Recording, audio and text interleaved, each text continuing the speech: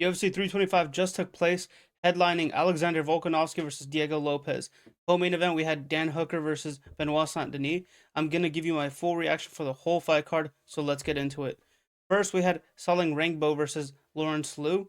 I had Rangbo to win the fight, and this guy just came in stiff, man. He could not find his rhythm, and that was the whole fight, man. He threw a couple punches, but for the most part, he was just hesitant. He couldn't find his rhythm and was just getting pieced up. Lawrence Liu was actually the better striker on the feet, and he was able to mix it up. He mixed up the ground game and was just piecing up Rangbo, man. Like I said, Rangbo was more looking to counter strike and to counter anything that Liu was throwing, but the openings were never there. He was never able to hit Liu. Liu just fought a perfect fight. And like I said, he mixed it up, was able to beat up Rangbo on the feet and beat him up on the floor. And yeah, Liu was able to win by decision. Next up, we got Shuro Nakamura versus Sebastian Zalay. And man, this is just sad, bro. Sad. But it's MMA. It's the game we play, man. Sebastian Zalay was winning the whole fight, man. The whole fight. He won rounds 1 and 2 and literally won round 3. There was 1 minute left until Nakamura was able to get a KO below. And that's how Nakamura won via KO. But this whole fight, Sebastian was able to have a very technical fight. He was outside the pocket, just picking his shots and just out striking Nakamura. And Nakamura couldn't get a rhythm, man. He couldn't land anything on Zalay. He was also playing very technical, but not to the level of Zalay. You can tell he was a better fighter. But yeah, man, it's sad, man. It's sad. Like I said, Zalay was winning the whole fight until he wasn't. And it sucks that it's gonna cost him because, like I said, this was road to the UFC. Whoever wins a UFC contract, and Zalay's not gonna win a contract. I think they should give him the contract either way, even though he lost. But who knows? We'll see. But yeah, Nakamura won by KO in round 3 with I think a minute left on the clock, something like that. But yeah, we move on. Third fight, and this was all road to the UFC. We have Zhang Woo Kim versus Dam Mar Fan, and we had Kim to win. And dude, I don't know. I mean, I told you guys not to touch these fights, so you know, I hope you guys didn't touch them. But we had Dam Mar Fan winning by unanimous decision. Man, this fight surprised me. I thought Kim was gonna be the better striker. I seen he was good in the clinch. Good hooks, good jabs, and Fawn was able to take him down, and he actually mixed it up. In rounds 1, he took down Kim, controlled him, did whatever he wanted in there, and rounds 2 and 3, he outstruck Kim. I was very surprised. Like I said, he cut him up really bad and was actually looking for submissions and looking for a finish. Kim looked like a fish out of water, man. It looked like he's never been in a horrible situation. He was just getting beat up and he couldn't get his wrestling going. Fawn was defending every takedown, sometimes even reversing the takedown. And that was the whole fight. For the most part, Fawn won unanimously, like I said, and he won by via control and the ability to mix everything up. So good for him. He'll be in the UFC, and sad to see Kim go, but that's it. And moving up to the actual main card, the actual first fight on the pay-per-view, not pay-per-view, but you guys know what I mean. We had Khan Offley versus Giza. Man, the first rivalry of the card. And this shit pissed me off, man. It pissed me off. I had some money on this, and yeah, I can't stress how much this pissed me off. So, Khan Offley obviously won round 1. He won by taking Giza down, controlling him, doing what he wanted. And at one point, he stunned Giza, and Giza was able to realize his mistakes in that round, and he came up in round 2 and literally dominated Offley in round 2. In my opinion, it was a 10-8, but bare minimum 10-9. It was a 10-9. He won that round. He knocked down Offley twice, I believe, and was looking for the kill. Every time he rocked him, he was looking for that finish. In round 3, it was Yiza slowed down, so did Offley, and it was more of like a pitter-patter fight. No one was winning up until Yiza got 2 takedowns. In my book, I gave Yiza round 3. He took him down, controlled him, and defended the takedowns as well. And yeah, I gave Yiza 2 rounds, rounds 2 and 3, but somehow all of the judges gave rounds 1 and 3 too awfully won. But oh, sorry, not all of the judges. One judge did give the fight a tie, and two judges gave the fight rounds 1 and 3, and it was a majority decision. And yeah, man, horrendous judging. And this fight scared me because I thought the judging was gonna be bad the whole fight card because of this. Because like I said, this was technically the first fight of the card, and yeah, we started off on the wrong foot with a robbery. Isa should have won that fight. He did win that fight, and yeah, man. Sadly, he didn't.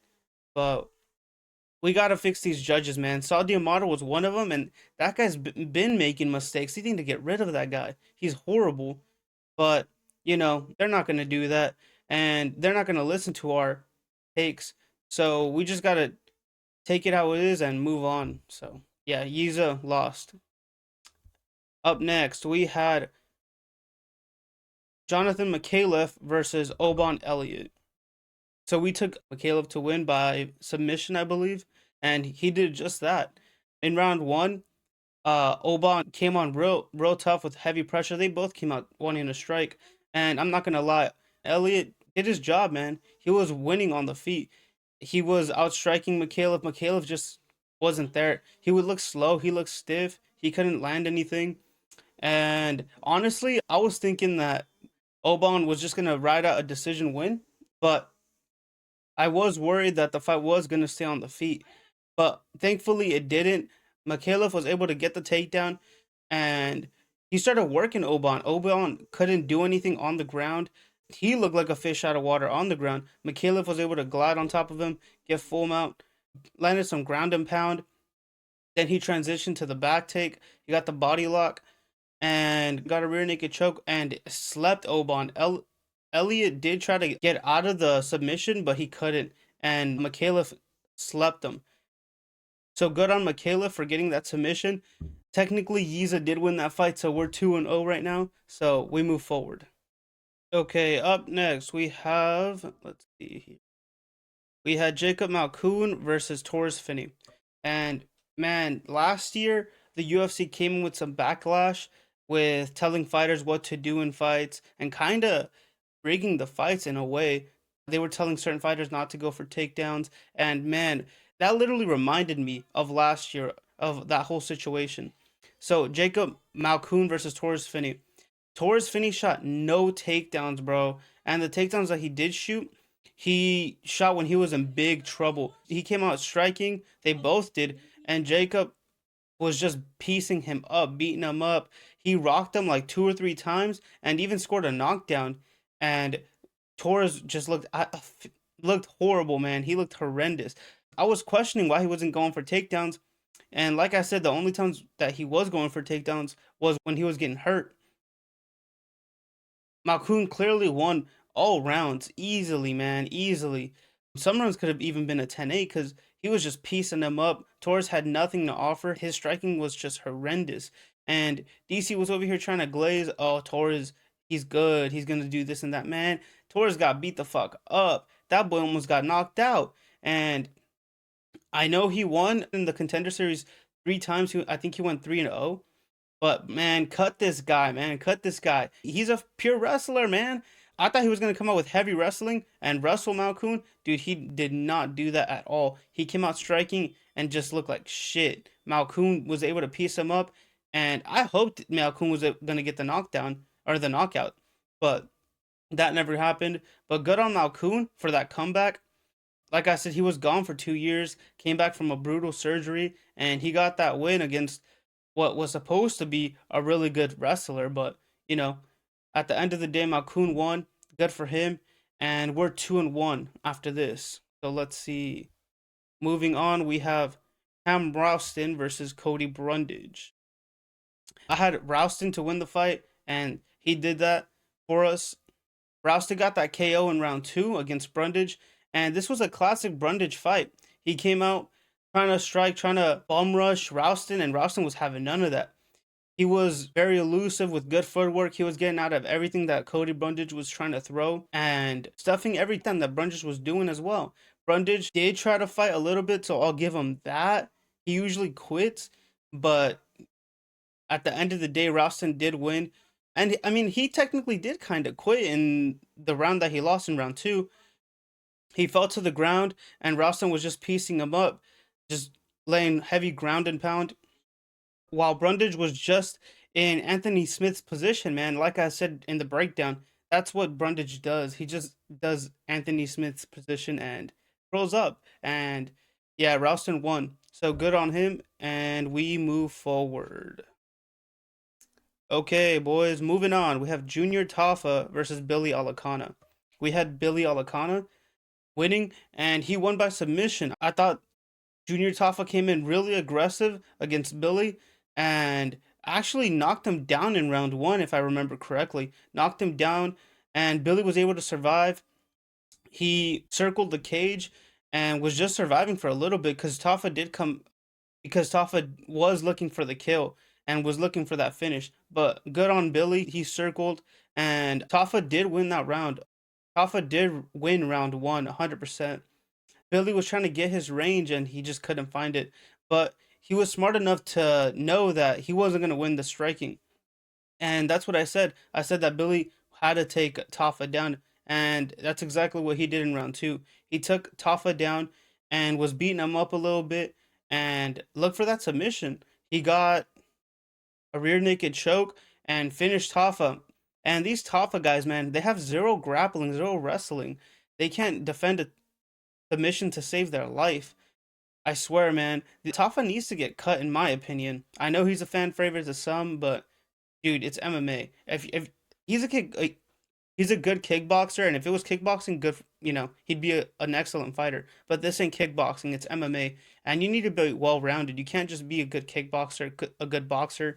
And yeah, man, they need to cut this guy. But good on Billy Alacano to get that finish. And remember, boys, everyone that got a finish in this fight or in this fight card got that $25,000 bonus. So good on Billy. Moving to the main event, fellas. Main event, we had Quinlan Sawkill versus Jamie Malarkey. Jamie Malarkey came in heavy, man. This guy looked good in the back when he was in the back. And I got a little scared for Quinlan, but I still thought he was gonna win, and we did have Quinlan to win. But fight starts, Jamie Malarkey comes in with heavy pressure, looking to strike, looking to grapple, and he tried to mix it up. Quinlan was able to stuff every single takedown, and he was piecing up Malarkey on the feet. Malarkey knew that Sawkill was a danger on the feet and kept on doing that. And this fight didn't even last long, too.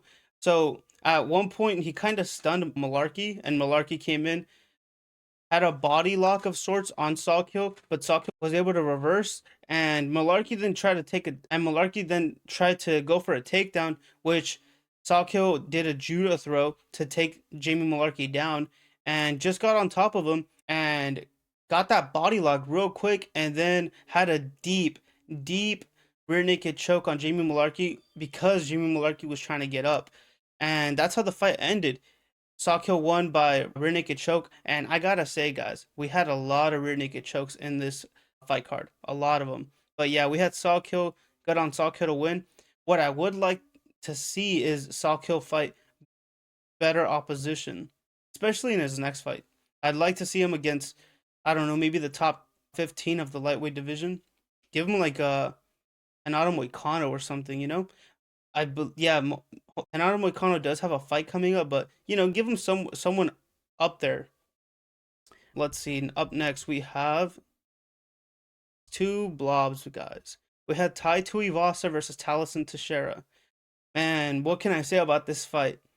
I was rooting for Tai because he was on a 5-fight losing streak, but he loses again, and he's on a 6-fight losing streak. He's gonna be the next Tony Ferguson.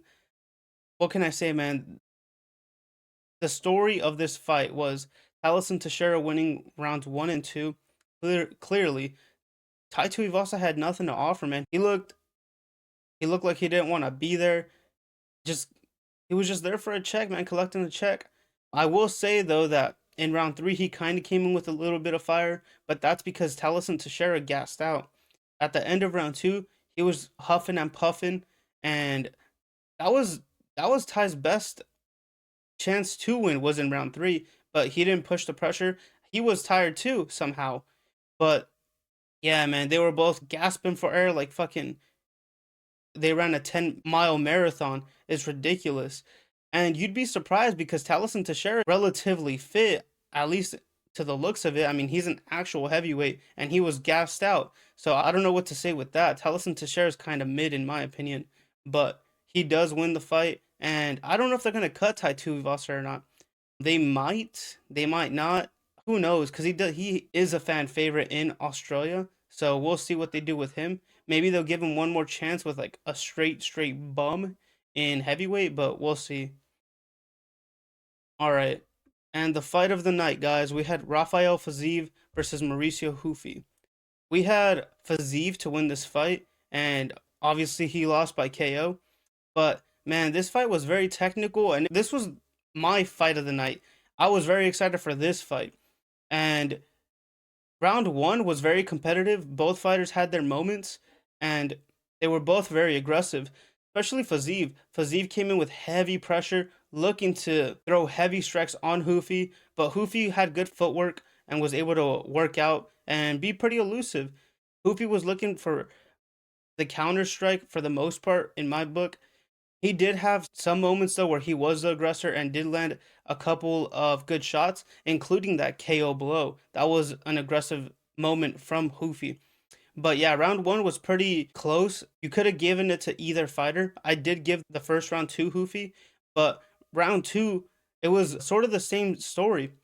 A very technical fight. Fiziev started to mix it up a little bit, trying to go for some takedowns. They didn't work. But Hoofy was able to land a nasty cross that hurt Fiziev bad, man. This guy was stumbling like he was walking around hot coals. He was just like all over the place, man. He did try to survive. He went for like 2 or 3 takedowns that Hoofy stuffed easily and fell on his back. That's when Fiziev was just going everywhere, man. He was just moving everywhere. He was trying to survive, and Hoofy was able to control him on the ground and landed nasty ground and pound for the finish. I don't remember who the ref was, but he did give Fiziev the chance to fight back, and he gave him all the chances in the world. It was a very good stoppage, and it just proves that Hoofy is the top tier echelon of the lightweight division. He does have to work on a couple things because he does have some holes, but he's looking very, very promising. So we'll see where Hoofy has to offer next. And I'd like to see him fight in like summer, maybe late fall, but I want to see this guy fight again here pretty soon. So now we move on to the co-main event. All right, guys, co-main event. We had Dan Hooker versus Benoit Saint Denis. Dan Hooker, man. What can I say? This fight, I mean, it was kind of like how I said it in the fight breakdown. I did say that they were both going to come out striking, and that's what happened in round one. They were both aggressive, both going at it, and Hooker was trying to brawl. He was trying to have a slugfest, and BSD was happy to offer that to Hooker. At some points, they were just slugging it out, but Benoit was more trying to be more technical. You can see that. And round one, you have to, in my opinion, I gave it to BSD.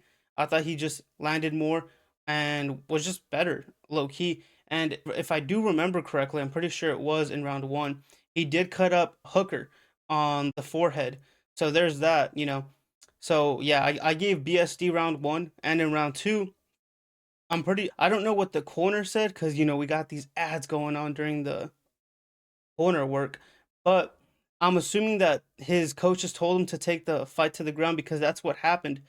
They were on the feet for a little bit. They were exchanging, and then BSD just took him down when Hooker threw a nasty takedown, and BSD was able to shrug it off, and he took him down and landed on full guard. And that's when BSD was looking for arm triangles. At some point, he looked for a Kimura and was just throwing ground and pound and mixing it up. When there was 30 seconds left, that's when BSD just hit the gas and started throwing nasty elbows that cut Hooker on the face. He had like 2 cuts on his eyelids, and it was nasty, man. He was throwing 12-6, and I'm pretty sure Herb Dean was the ref, Herb Dean was telling Hooker, "Yeah, you gotta move, better get better position." And Hooker didn't do anything, man. He just shelled up, and yeah, BSD won by KO, but KO TKO. So good on BSD. We had BSD, and we'll see, man. BSD looked, I don't know, he has a lot of holes, and if he does fight someone in the top five, I'm sure they'll beat him. He needs to fix that, but he is up there in age, and I don't know what else he can learn. You know, you can't teach a new dog new tricks, but we'll see. We'll see where this takes BSD. He'll probably fight in the France card later this year, but yeah, good on BSD for winning. And our main event, Alexander Volkanovski versus Diego Lopes. So what can I say about this fight, man? What can I say about this fight? It was literally 25 more minutes of the same exact fight that we had not even a year ago, 10 months ago.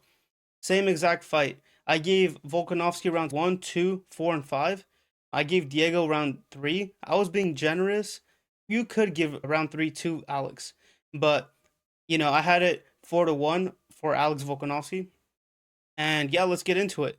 So round 1, both come in with heavy pressure, and we're piecing each other up, man. I was surprised to see that Alexander Volkanovski was looking for a slugfest, man. This guy just came in and was throwing right hooks, was in the pocket, he didn't care. And Diego Lopes took advantage of that because in round 3, he landed a knockdown that hurt Alexander a little bit, but not to the point where it was a big factor in the fight because he did get knocked down but got right back up and started punching again. Volk was also able to stun Diego a couple of times. He stunned him in round 2 and in round 4 and had some good combinations, definitely in round 4. And then in round 5, it was more of the same.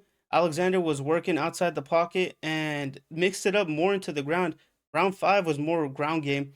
And at the end of round 5, Alexander was on top of Diego Lopes in like a reverse full mount and was just showboating. He knew he won the fight. He clearly won that fight.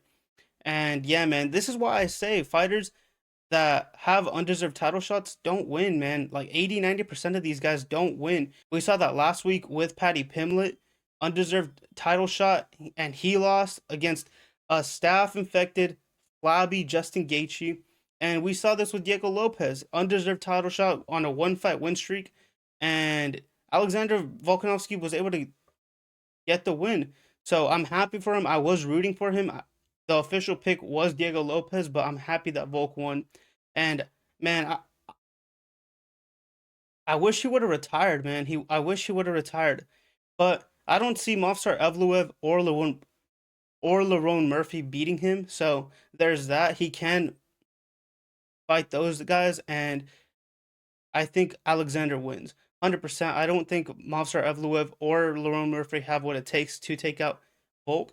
But yeah, man, that was our main event. That was our whole card. Those were my reactions to the whole fight card. Let me know what you guys thought about the fight card.